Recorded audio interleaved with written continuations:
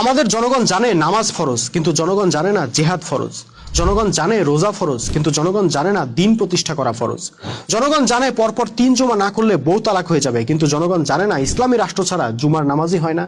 জনগণ জানে কোরআন তেলাওয়াত কইরা প্রতি হরফে 10 নেকি কামাইতে হবে, কিন্তু জনগণ জানে না কোরআন দিয়ে রাষ্ট্র চালাইতে হবে, কোরআন দিয়ে বিচার ব্যবস্থা চালাইতে হবে, কোরআন দিয়ে অর্থনীতি চালাইতে হবে। জনগণ জানে রাসূল সাল্লাল্লাহু আলাইহি সাল্লাম কিভাবে মেসওয়াক করতেন, কিভাবে পাগড়ি পরতেন, কিভাবে দাড়ি রাখতেন, কিন্তু জনগণ জানে না রাসূল সাল্লাল্লাহু আলাইহি সাল্লাম কিভাবে অন্যায় অবিচারের বিরুদ্ধে যুদ্ধ করতেন।